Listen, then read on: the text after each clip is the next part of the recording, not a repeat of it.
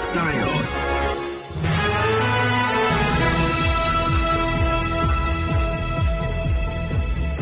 Hello, good afternoon to you. Welcome to Hard Factor 90.3 Nigeria Info and Herringport Harcourt. I'm Dio. It's 11 minutes gone past 3 p.m.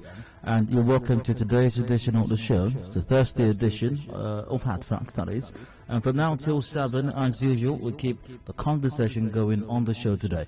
I hope we've had a fine Thursday so far and things are working out at least as best as they possibly can, considering everything. Well, there may not be very much that you can do, or we can do as people to change the narrative now. Well, there is something that can be done. There are things, I mean, every time there's always something that can be done. But 2023 does offer a significant opportunity, the same way 2019 did. Yes, you wore t-shirts and face caps, and you voted for ungratefulness and structure. Possibly, in 2019, and you are still feeling very bad right now, complaining about things. Well, 2023 is here again. Don't collect t-shirts, or we'll be here very soon. Maybe not here yet, but we'll be here before you know it, just like that. 2023 is here. Don't collect t-shirts, don't wear face caps, don't take oil or rice. Ungratefulness and structure definitely hasn't quite worked out. No, it hasn't. So ungratefulness and structure definitely hasn't quite worked out well. No, it hasn't. And don't make the same mistakes in 2023. Don't. It's going to be catastrophic. I mean, 2019. Well, I mean, we're still eating the fruits right now of 2019. I don't know if it's sweet or bitter. You determine that. But if you think you made a mistake or we made a mistake 2019, don't make the same mistakes come 2023. Don't. If you think it can't go worse than it is right now, oh yes, it can actually. It definitely can. Well, welcome once again. From now till 7, like I said, we'll keep the conversation going. Several matters we're going to be addressing on the show today. I do have side comments coming up in a moment. Random stories, random thoughts of mine, you know, which will not be discussed at this time. Very likely later on, after the major news at 6 p.m. during the open season segment, I'll take your thoughts on every matter discussed on the show today, especially if you missed out on contributing, including my side comments. So, after today's side comments, I do have a rant, yes, something on my mind. I'll express some thoughts in it, and I'll be glad if you care to express your thoughts in mine till 4 p.m. Now, 4 features the business news, and after that, what do we have?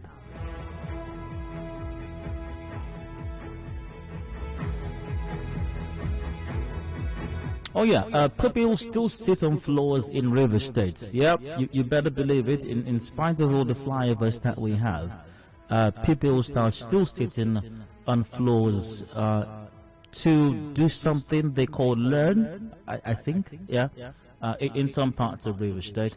Now, this was on the news earlier today.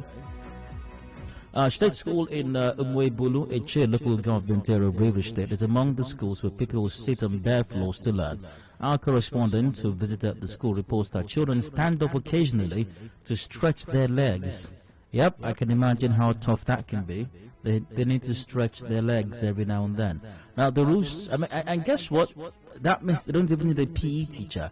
Who needs a PE teacher when you can sit on the floor and every now and then you have to stretch? Seriously, I mean, PE class is taken care of automatically, tell you.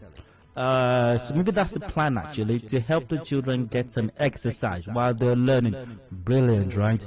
Brilliant. Now, so they have to stand occasionally to stretch their legs. Also, the roofs of the classrooms look like they're going to cave in soon. Maybe that's to teach them emergency response. You understand? Because just in case, hopefully it doesn't happen, but in the event that it does happen, since they stand up regularly to stretch their legs, they're going to know how to escape very quickly. Now, some concerned stakeholders in the area spoke to our correspondent, and here's what some of them had to say about the situation. Just a moment. Where is that? Oh, here we are. No chairs, the children sit on bare floor, no windows, no doors. Before we left in the morning, we must first of all sweep out excreta from the classes. Everywhere is messed up. Some of them cannot even write well because they are race telling them. If you look at our board, sometimes they will remove it. What will come, we look for improvise to help our children. This situation has lasted for more than 5 years. Every weekend they come and remove our zinc. We need security. Please, government should come and help us and fence this place. You can see, even women are using our environment to do water leave. This is the only existing school in this Umebele. Now, an individual of a chair in a chair local government area, Reginald Unwokan, says the condition of some public schools is so bad that no pupil would like to go to school when it rains. Here's what he said. Let me tell you, it's not only in Abok, in Amako, Ibodo, same thing is happening there. At this jet age, people are still learning with stones laid on the floor for them to use as best, learning in that condition. What would the children, what would that child know? The truth is that the state government, the local government, these are their primary functions. They need to come to these places and see what ought to be done to ameliorate the sufferings of the people. Education, like they said, is the bedrock of the society. And when those children can't act it right, they turn to be hoodlums in the society, making the place uncomfortable for others. No, maybe we're just teaching them survival skills. Survival skills. Nobody teaches that in schools these days. Who knows? Maybe that's what they're learning. Survival skills. And talking about the rains, sport is the future. You know, the Olympics just ended in Tokyo, so maybe we're thinking to breed a generation of swimmers.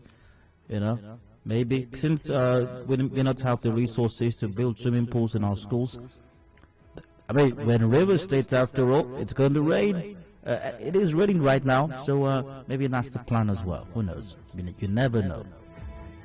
Now, it was no different in community secondary school, Koron Odu in Obiakpo local government area, where NECO examination is ongoing with no toilet or water supply despite the overcrowded classroom. Students defecate outside. Goodness gracious. At the junior secondary section, students sit on dusty floors to copy notes from the blackboard. Or the chalkboard, I think it's called, as well. Anyways, we'll look at that. Meanwhile, the River State Universal Basic Education Board has promised to look into the state of some schools in the state. Karibi George, the Director, Administration and Supplies Public Relations, to our correspondent at the state government, has taken notes of the report by Nigeria Info and will include the affected schools in its plans subsequently. Let's hear what Karibi George had to say about this untoward development. There is an open bidding process for renovation and reconstruction of schools. And I want to think that your investigation in HA must have shown a couple of schools where the government has recently intervened. So resources are limited, but where there is a need for urgent intervention, it is usually where the head of the school, the community, and media bring such reports to our attention. And let me also add that in taking personal responsibility, a head teacher or principal personally brings the report in writing. We have taken notes of it. But as I said, there is a queue, and our action plan for federal government intervention projects for this year is already concluded. We cannot add that school, no matter how desirable it might be. It can only be queued for subsequent years. All right, so well, there you have it. It's bad in many cases, downright terrible. But we have information that the River State Universal Basic Education Board is looking into the state of some schools in the state. What exactly is going on? What are the plans? What's happening? What plans are there to improve standards in schools in River State? Not just infrastructure, but even pedagogy, curriculum. All these other matters we'll look at on the show today. And I'll be having Karibi George with me in the studio. He's Director of Administration and Supplies Public Relations of the River State Universal Basic Education Board. Also, Samuel Gilbert, Director Academic Services, also of the River State Universal Basic Education Board. Both gentlemen will be with me in the studio in the 4 o'clock hour, after the business news till about 5. Now, at 5, we've got the news update coming up. And after that, is the storm over for the PDP? Can they see the sunshine right now? Can they? Is the storm over? Well, we'll look at that as well. story from the Premium Times. PDP crisis, Secondus survives sack as party fixes national convention for October. I'm sure there are similar versions of that story in other dailies, but we're going with the version from Premium Times. Once again, PDP crisis, Secondus survives sack as party fixes national convention for October. The PDP on Tuesday said its national convention would hold in October to elect new members of the National Working Committee. Chairman of the PDP Governors Forum, Aminu Tambuwal of Sokoto State, disclosed this to journalists after the meeting of the leaders of the party in Abuja. The meeting lasted several hours at the National Secretariat of the party and was attended by PDP governors, members of the BOT, members of the National Assembly, other party stalwarts as well. It was convened to resolve the leadership crisis which had engulfed the main opposition party in the last few weeks, leading to calls for the resignation of the national chairman, Uche Secondus. The embattled national chairman vowed on Monday not to resign but serve out his term. And although the national convention ought to have been held in December, the crisis forced the party to settle for early convention in October. And it appears Secondus still retains his seat till then at least. So we'll look at that. Once again, is the storm over for the PDP? Has its leadership crisis finally been resolved? Ambassador Desmond Akawo, chairman of the PDP here in Rivers State, will be my guest for that conversation in the 5 o'clock hour after the news update. We got headlines at 5:30 p.m, major news at 6, open season afterwards, during which if you've missed out on any matter discussed on the show today, I'll take your thoughts during that period till about 7 o'clock when we wrap it up. So that's the show today. Any changes you will be the first to know. Just keep listening, I suppose. So we keep the ball rolling out with today's side comments, random stories and random thoughts that caught my attention earlier today as I checked out the news. Now, speaking of news, good news to at least some communities in Ogoni land. The Federal High Court sitting in Abuja has ordered Shell Petroleum Company to pay the sum of 45.9 billion naira to the Ogoni people. Justice Ahmed Mohammed gave the order on Wednesday and held that the money must be paid within 21 days. The sum is a cost awarded against the company several years ago for oil spill in Ogoni land. A spokesman said the payment would mark the full and final payment to the Ejama Ibubu community over a spill during the 1967-70 Biafran War. Now, Shell has maintained that the damage was caused by third parties. In his submission, counsel to Shell Petroleum Company, Aham Ejalamo, informed the court that his client had agreed to make the payment. He proposed that the money be paid through the registrar of the court in a bank about to be opened for the purpose, but Justice Mohammed ruled against the request and ordered that the payment be made within the period given through the account of the lawyer to the Ogoni people, Mr. Lucius Nwosu. So I hope this sends a signal to all of us in the Niger Delta region and serves as instruction even to all Nigerians throughout the country as well. If you have any problems, any concerns of any kind, employ mediation. If mediation doesn't work, go to the courts. Test the law. It might take a while to get justice, but eventually you will get it. Let's do that rather than resort to crime, rather than resort to sabotage, rather than resort to destroying lives or destroying property. Meanwhile, we are inevitably destroying our own selves, and so we're deceiving ourselves that we're taking what's our own. Meanwhile, which is basically just servicing the selfish and greedy interest of a handful of people, while the rest of us, majority, are suffering immensely due to their illegal activities. Now, this is good. How much again? 45.9 billion. But the question does arise, what are we going to do with the 45.9 billion naira? I really hope that the 45.9 billion is put to some good use. Whatever good use is, I hope it's put to some good use for the people who are to be awarded this money, who this money is meant for.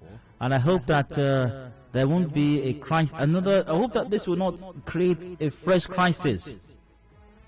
I Okay, I'm not going to try to play out how this might likely go because I want to be wrong, but I hope that there won't be a fresh crisis as to how this 45.9 billion is going to be appropriated.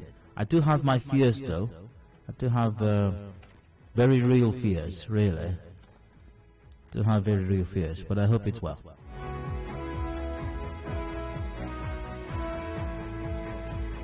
River State Police Command has assured Petroleum and Natural Gas Senior Staff Association of Nigeria, Pankisan, of collaboration to ensure a safer work environment in River State.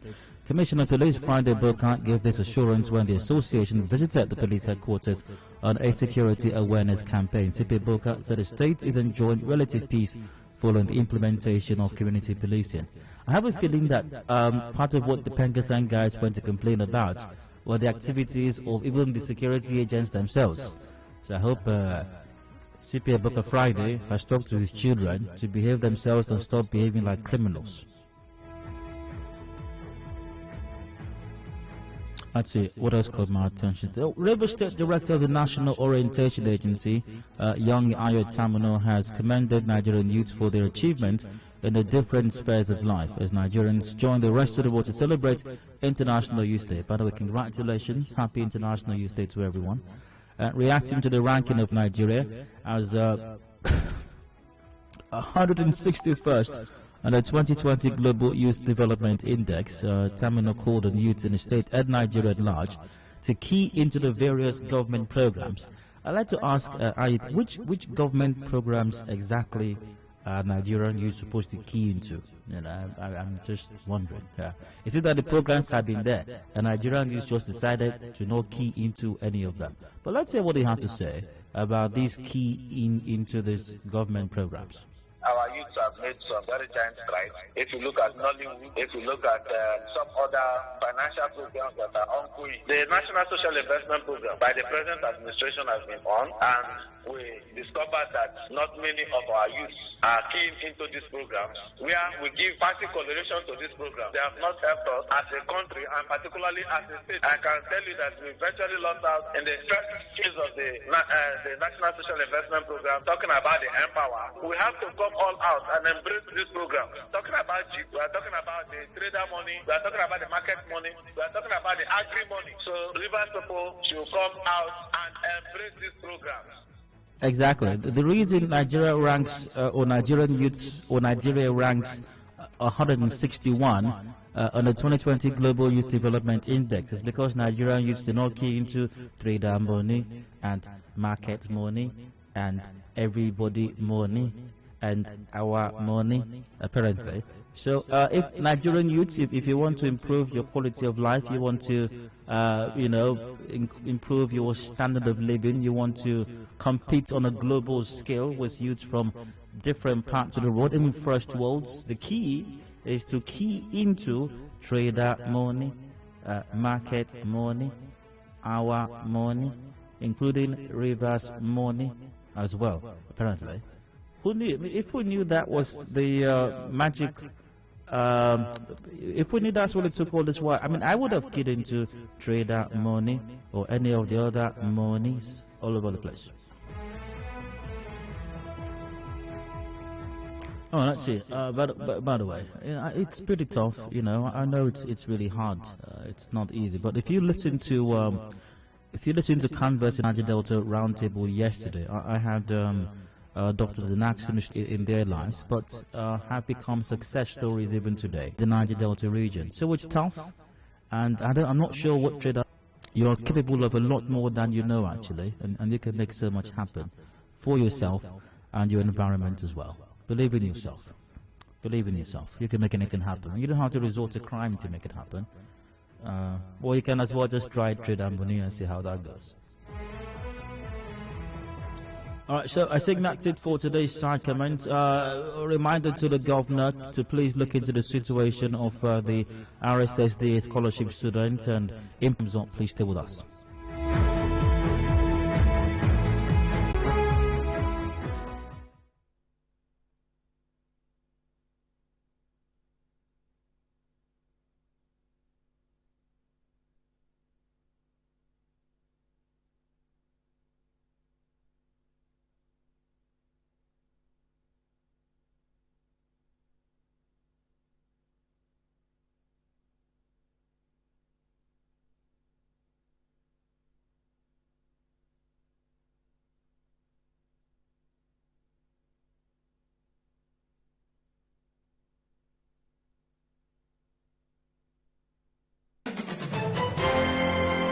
connect you to the...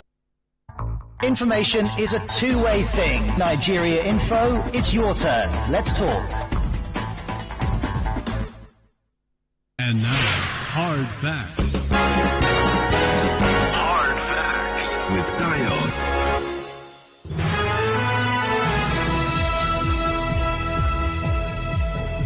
Okay, Mark, I still have Factor 90.3 Nigeria Info here in Port Harcourt and Dio. Now, I should have mentioned this during my side comments, but I mean, better late than never.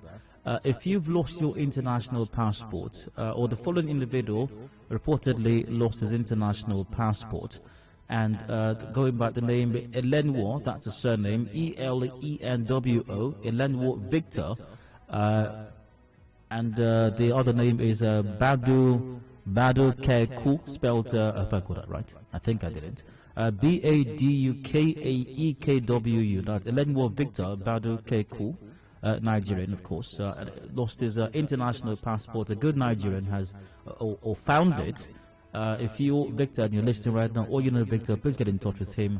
And Victor can call the following number to arrange to retrieve his lost international passport. Call the number 0815-908-2813.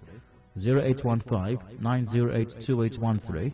Once again, call 0815-908-2813 for the last time to call 0815-908-2813. Alright, that said, I'd like to rant for just a bit. I've got something in my mind. I've expressed some thoughts in it. You're very welcome to express your thoughts and mine all the way till 4 p.m. I don't know what it is with Nigerian leaders and the need to the need to be everywhere. The need to do everything. Nigerian leaders, and I'm talking elective leaders now, feel the need to do everything, feel the need to be everywhere. They are so, do I say, power drunk in many instances, you know. Especially, and you find what I'm talking about. You find it especially with governors and local government council chairmen. With the president, it's usually different because he has too much to do. Actually, he has too much to deal with, so he literally can't be everywhere doing everything. But with executives at the state level, it's a different ball game altogether, and they just want to be everywhere. They want to do everything. You know, how that, for example, in states, you find that the governor is the commissioner for health. The governor is the commissioner for works. Anything that has to do with works, construction, the governor is there. Anything that has to do with health, the governor is the one that speaks, that does everything. Anything that has to do with everything with power, it is the excellency. It has to do with markets, it's the excellency. It has to do with you name it. It's the governor who does everything. One wonders what the position of even deputy governors are these days, besides attending functions. And, well, I was going to say cutting tapes, but I really doubt that, except maybe His Excellency the Governor is unable to attend it. But what is it with executives really in Nigeria? And I'm talking elected officials now, governors, and especially governors, and the need to just micromanage everything and be in charge of everything. And decimating institutions. And what they do is, it almost seems calculated to make sure that institutions are weakened and they don't function and they don't work. And the governor is in charge of everything. The governor is in charge of literally everything. It's remarkable indeed. And there's a classic example here in the story that caught my attention earlier today. I'm going with the version cut to the Daily Post. Drama as Zulum conducts impromptu test for Borno teachers. Here's the story. There was drama in Baga local government area of Borno State on Tuesday when the state governor, Professor Babagana Zulum, stormed some schools and conducted impromptu tests for teachers. Now the question is this: why does the governor of Borno State feel the need to do that? Why should he's got a Ministry of Education, he's got a Commissioner for Education. Now in this you're supposed to have some inspectorate departments in these ministries or something of that nature. If you need inspectors to go to this, and they're supposed to have inspectors who are supposed to go there, who are supposed to check out what's happening in the schools, who are supposed to ensure that standards are maintained. Why would the governor feel the need? I mean, a governor can visit a school, obviously he can if he feels the need to, but it gets even more bizarre as we read further down, further along in the story. Now, Daily Post reports that in a still photo making the rounds on social media, the governor was cited invigilating a test as teachers were battling to answer questions on the blackboard. The governor himself had to conduct a test. So, I mean, the governor has not even become exam invigilator. The governor's spokesman, Issa Gusau, told newsmen that the test was conducted to determine the level of the teacher's qualifications and ability to teach professionally. Really? So the governor has to go through. So what this means is to test teachers' qualifications and ability to teach professionally in Borno State. His Excellency the governor there would literally have to visit every school in that state and conduct tests with the teachers over there. That's what this means really. Now, at the end of the exercise, the governor told the teachers that those who are not capable of teaching will be moved either to the administrative department or sent for further training. According to the spokesman, quote, Zulum said that at the end of each year, every teacher and his pupils will be evaluated, and government will also support them with accommodation and other related services. After interacting and revealing the aptitude test results, Zulum announced a package of 20,000 naira and 10 yards of fabric to each teacher. Now, the senior secondary school's principal and the primary school head teacher each got 50,000 naira and 10 yards of fabric. And I'm wondering, what the heck is going on? How do governors in Nigeria just do things whimsically? I mean, who budgeted for this?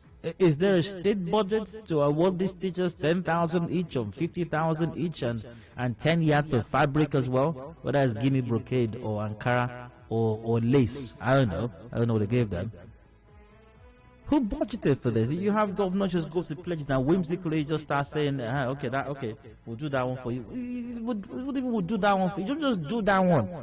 You can't just do that one. There has to be an appropriation for it. Every amount, every kobo spent by any public official in the country has to be budgeted for. But you just have people just go someplace whimsically and they say, and they're looking somewhere, just call somebody and say, what's happening in that place there? That completely been what's happening there. Your Excellency was supposed to be at town hall. We have not finished. Okay. Excellency, once he gets on the podium and grabs the microphone, you see, we have come here. We have come here. We are listening, government. And we have come here. And I hear that they said that one here is your town hall. I say your town hall. It's not finished.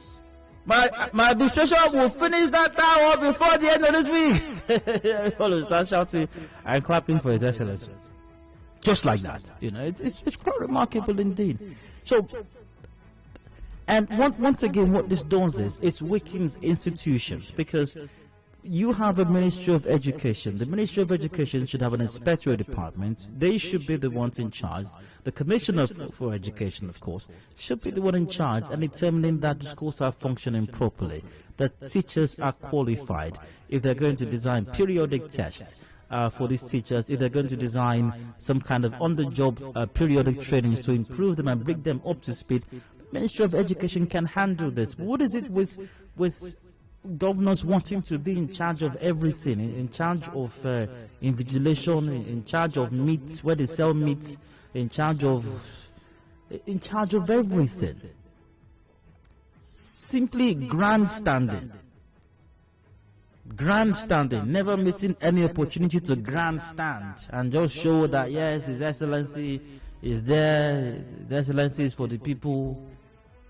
Almost like they're afraid that if a commissioner or some aide is seen doing something, he or she, the Excellency is going to get jealous. I mean, the people must not like any other person except His Excellency. Everything must be seen to be coming from every good thing that comes from government must be seen to be coming from His Excellency. Once again, what does that do for the various institutions? What does that do for the various ministries, departments, and agencies? Because what you find more often than not is commissioners are even afraid to do their jobs. Because if you do your job, you never know. His Excellency might sack you for doing the job that you were appointed to do. Because how dare you do your job? How dare you conduct tests for teachers? And you know that's for His Excellency. On the day His Excellency is less busy. That's one of His Excellency's pastimes. You just go to a random school, conduct tests for them. And when it's done, give them 50,000 naira each and 10 yards of Guinea brocade. Leaving critical things undone. Weakening institutions. Micromanaging everything. Wanting to hog the limelight. Wanting to hog all of the attention. Wanting the praises of people. Doing so much, or seem to be doing so much, yet accomplishing absolutely nothing. At least nothing worthy of note, really. Nothing of great consequence. Nothing that's life transforming. Nothing. So today's round is a reminder to leadership at the different levels in this country. We need to build institutions, and you don't have to be the center of attention all the time. What if your commissioners go out and commission certain things? What if your commissioners or your perm sex or whoever it is, or your aides handle certain things? It's still your government. It's still your government. That's why you need to appoint people who have capacity, people who can deliver, not just cronies who want to be rewarded for their loyalty. No, not just because of party affiliation. But when you appoint people who know what they're doing, round pegs in round holes, square pegs in square holes, you can go to sleep knowing that they can do the job and they can get the job done, and you can go to sleep and even live a longer, better life. So that's a wrap on today's rant. Thanks for listening. I hope you were not bored. Any thoughts and my thoughts? Let's hear it. Now, numbers are the same. The lines are open. We got 0817 923 0002, 0817 923 0003 or 0007. We're live on Facebook.com/Nigerian for PH. Also on YouTube, just search for Nigerian for PH. WhatsApp is on 0809 0306416. Please keep it brief and straight to the point. And once the call is answered, do please turn down the volume of your radio set, else we cannot have ourselves a conversation.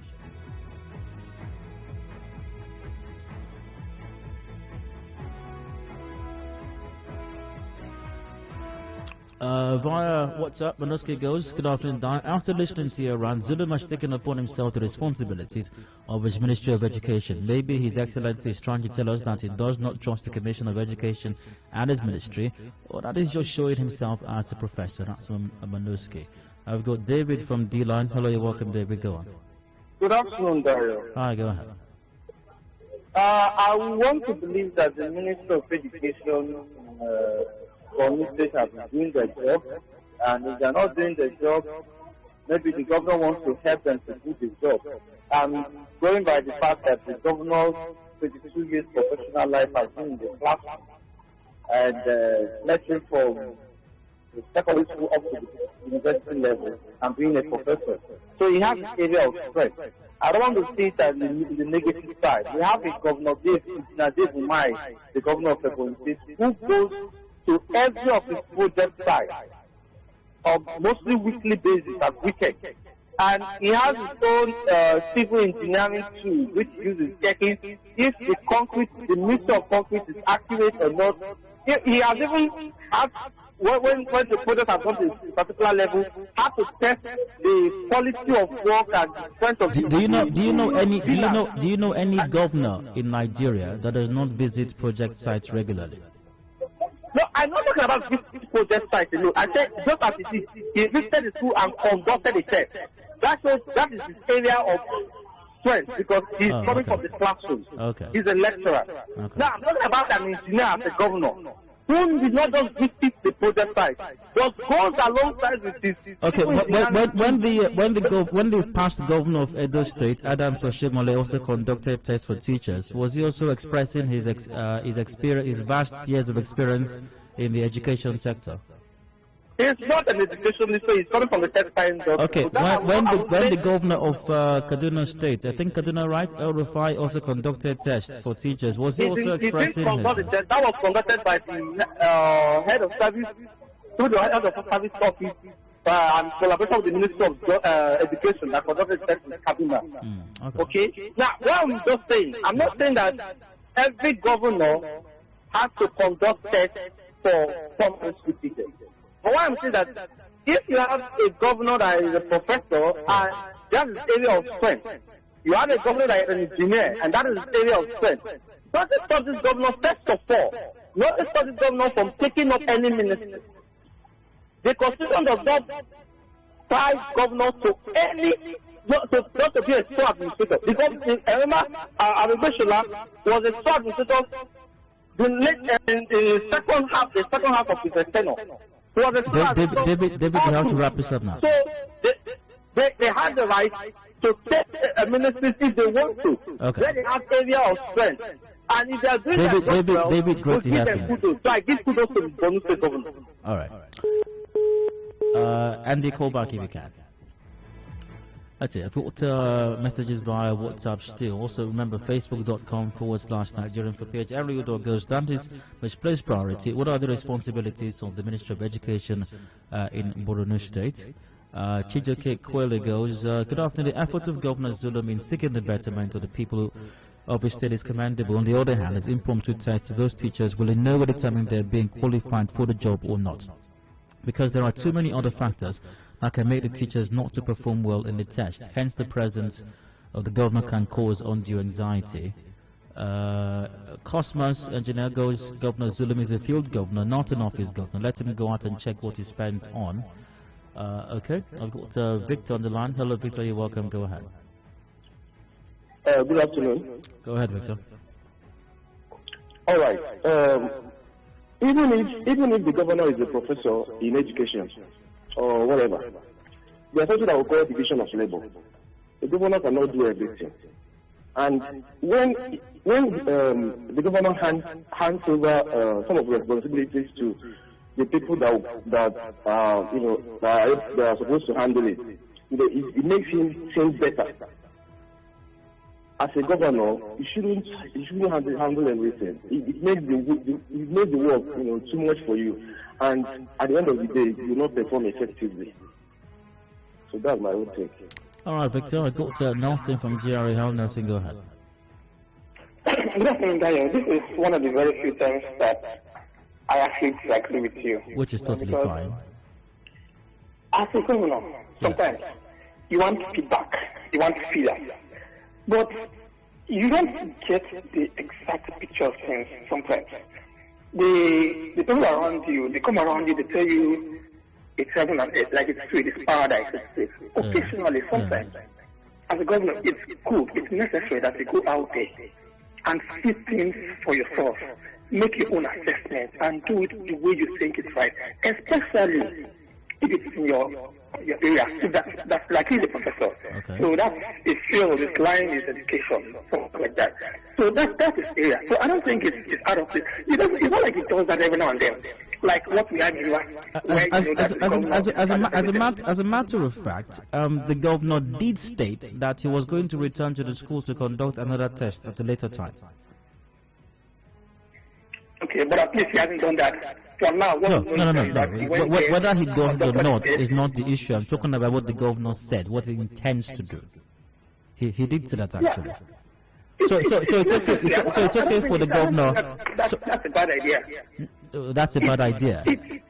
No, it's not. I don't think so. Because if our governors will be able to personally supervise and make sure some of these things are put in place, they can't be everywhere at every time, everywhere.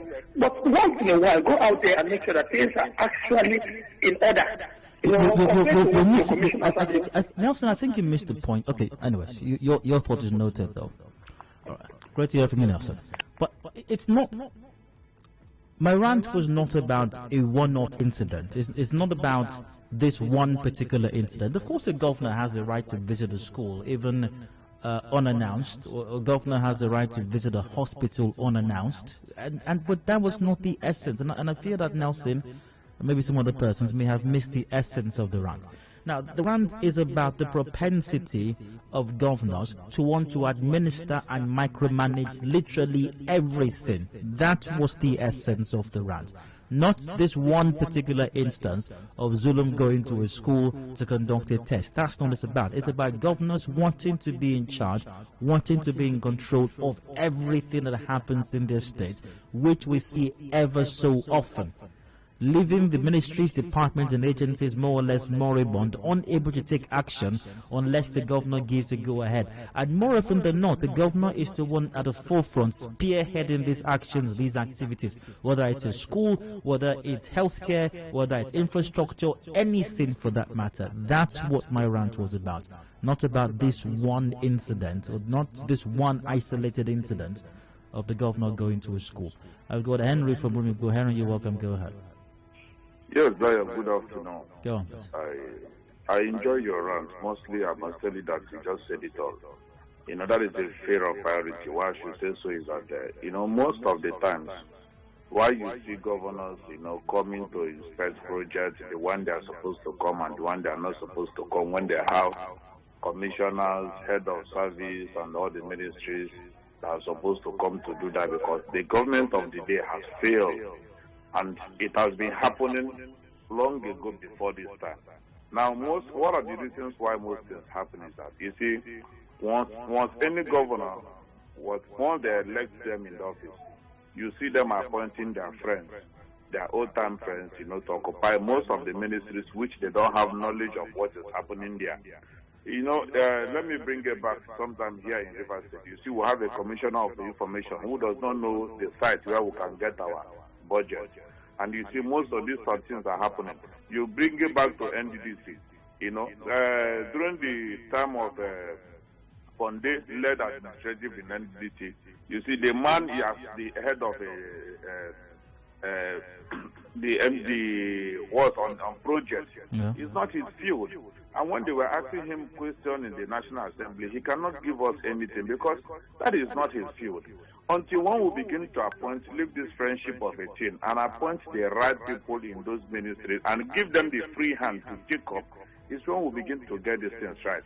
These governors, they know what they are doing, including from the president to the down. They know what they are doing. They just want to use those opportunities to empower their friends. So until when they stop this, that is when we begin to get it right. When you see River State today, it's very difficult to see a commissioner for works going around checking projects. It's only the governor that is doing that. The governor comes to defend everything because they have appointed the wrong people in the office. Give it to the right people to head this office and give them the free hand. There are divisions of labor. The only thing those things comes when they appoint their friends. Henry, begin to get it right. So I think our leaders and the people who have been elected need to do the right thing at the right time, so that we'll get the governance. Henry, great to have you. Thanks for your contribution, Henry. Via WhatsApp, hello, Dad. There's no state in Nigeria that the governors even allow the vice to shine in any area, talk less of their appointees. They want to be seen as almighty and treated as such, or it's simply because most governors haven't worked before politics and never learned to lead. That's on VOB. It has no other name but grandstanding. They all do it, wanting people to see them all the time, and it's appalling. What is the essence of Ministry of Education? Hope the test isn't that math we saw on the chalkboard. It actually is. It is actually, and that's the funny thing. It's 11,694 plus 9,352. That's how you test it. Just because he's a professor does not mean that he knows what it means to test teachers. It doesn't mean that. You know, it doesn't mean that at all. You know, just because he's a professor as well does not mean that he can even train teachers. It doesn't mean that. Or he knows how to evaluate teachers. It doesn't mean that at all. And once again, I saw a version of the story somewhere where the governor was saying that another test will be conducted when he returns.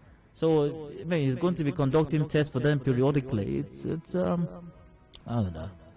And like I said earlier, my rant was not about this one isolated incident, but the tendency for executives in Nigeria, especially governors mostly, and I'm not sure the president has the time for that, too many things to attend to really, but especially the governors, they want to be seen to be everywhere, all the time, doing everything, micromanaging everything, weakening institutions.